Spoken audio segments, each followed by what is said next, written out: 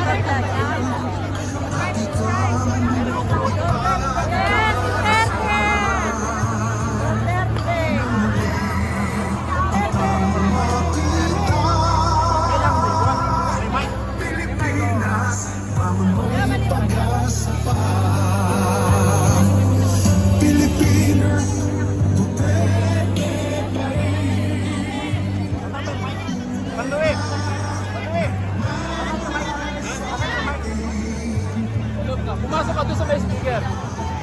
Sa may speaker.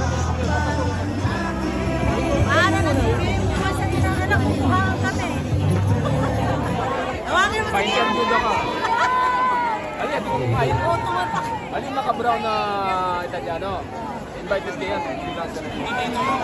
Kanya nakalakas. Ah,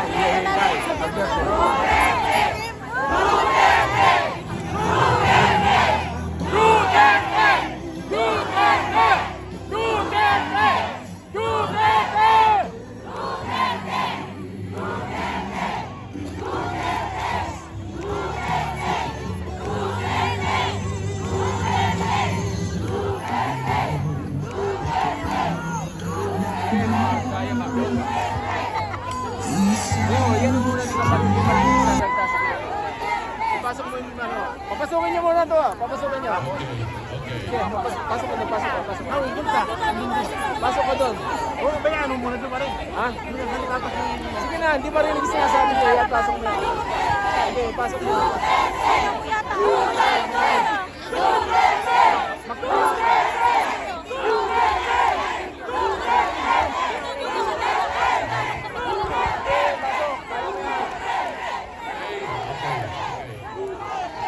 Boss ko na lang, Mike.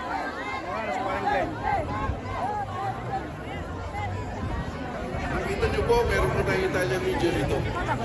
At SMNI ang pinaka-official natin. At nandito din po ABS-CBN.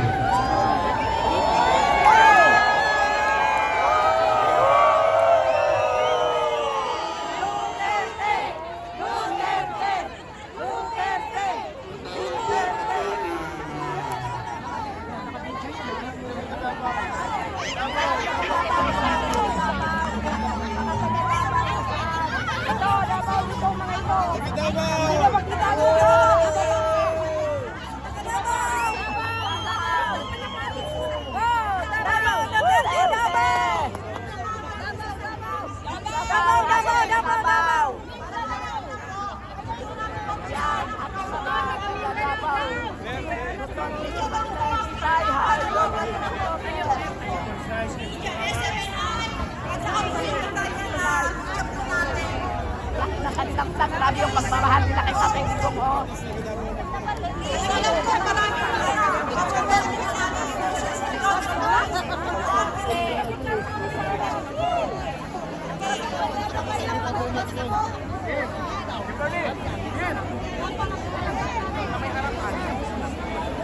Sino ba nandiyan siya? Ay, wala na siya nakita.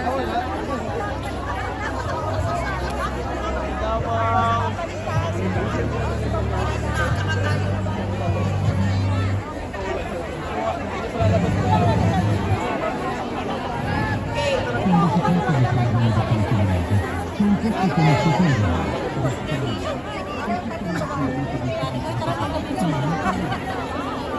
pare ko. Sabi namin tayo. Pag niya ng kesa ka.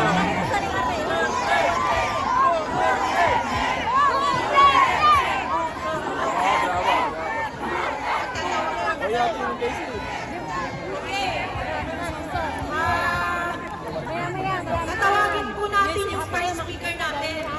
Kasi kailangan po natin malaman kung bakit po tayo nandito ngayon.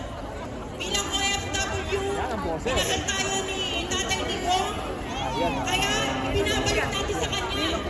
Ano ba ang passport na nagawa mo sa atin? 10 years na passport.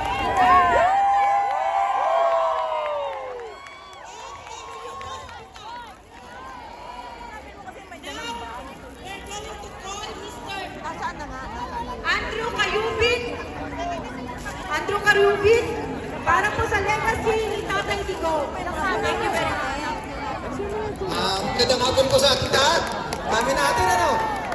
Nakakatuwa ito, parang ano ha? Dala ko rin kaya? Andrew Kayubin po, mula sa Milan Italy Eagles Club. Ako po ay naatasan ng ating press, Marilo Sarcon, para magsalita sa legacy ng ating dating Pangulo. Ako po ay dating seaman, Marino, ika nga. Ang aking pong karera bilang Marino, ay nasa kalagitnaan ng dating Pangulong Noynoy, at Tatay Digong. Naranasan ko po nung panahon na ako'y seaman, na presidente si Noynoy, Presidente Noynoy, nausubi tayong laglag bala. Kada ho kami isasampa ng barko, kung balutin ho namin ang aming mga maleta, talagang sagad. Balutin namin ng pelikula, plastic wrap, wag lang kami matataniman. Nung matapos ho ang termino ni ni President Noynoy, pumalit ngayon to si Tatay Digong. Ay napakasarap po sumampa ng barko. Walang kabakabak. Alakalain nyo ho naman kami naglalakad, taas mo pa Napakasarap po maging Pilipino nung panahon ni dating Pangulo. Ngayon, ako naman siguro pare-parehas tayo nararamdaman. Siguro kayo rin. Pakiramdam natin, nabudol tayo. Ano ba? Totoo, nabudol! Wala akong pinagsisihan, sabi ko nga sa lahat ng naipost ko sa Facebook. Maliban lang ngayon na sinuportahan ko pumalit sa Pangulo. Nararamdaman ko po sa sentimiento ng lahat. Sobrang masakit. 80 anyos na ho yung tao, hindi na nirespeto. Hindi ko naman ho alam ang due process na kanilang sinasabi, pero para sa akin ho, para pakawalan mo ang tao ng Pilipinas, ibigay mo sa ibang bansa, parang hindi ko ho yata kayang tanggapin. Hindi ho ba? Saan ho ba rin kayo makakita nakatuntong ka ng Pilipinas, ibibigay ka pa sa ibang bansa? Bago itong ka pa nilitisin, hindi ho yata kayang lunukin, hindi ho kayang tanggapin. Kaya ho siguro tayo nandito para magbigay ng ating mga sentimento at suporta. Maraming salamat po bilang OFW sa Steny. Salamat po po!